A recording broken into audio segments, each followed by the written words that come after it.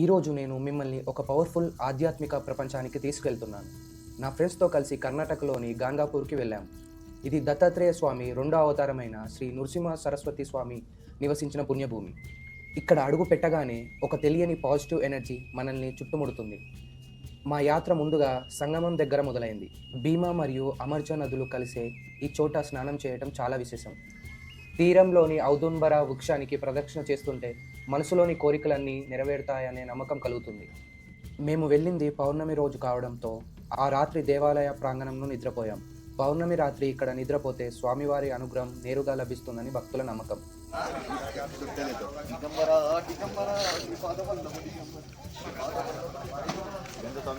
ఆ పవిత్ర రాత్రిని గడపం ఒక గొప్ప అనుభవం. ఇంకా గంగాపూర్లోని అత్యంత ఆశ్చర్యకరమైన మరియు భయం కలిగించే అంశం దయ్యాలు లేదా దుష్టశక్తులు వదిలించే ప్రదేశం. దీనిని పీడ నివాసం లేదా దయ్యాల కోట అని కూడా పిలుస్తారు. నెగటివ్ ఎనర్జీ లేదా గ్రహ దోషాలతో బాధపడేవారు ఇక్కడికి వస్తారు. మధ్యాహ్నం మహామంగళి హారతి సమయంలో ఆ వేద మంత్రాల ధ్వనికి దయ్యాలు పట్టిన వారు వింతగా ప్రవర్తించడం, గట్టిగా అరవటం చూస్తే ఒళ్ళు గగ్గురపరుస్తుంది. స్వామివారి శక్తి ముందు ఏ దుష్టశక్తి నిలవలేక ఆ వ్యక్తిని వదిలి వెళ్ళిపోతుందని ఇక్కడ ప్రత్యక్ష సాక్షులు చెబుతున్నారు. మరిన్ని ఇలాంటి ఇంట్రెస్టింగ్ వీడియోస్ కోసం నా ఛానల్ని సబ్స్క్రైబ్ చేయండి.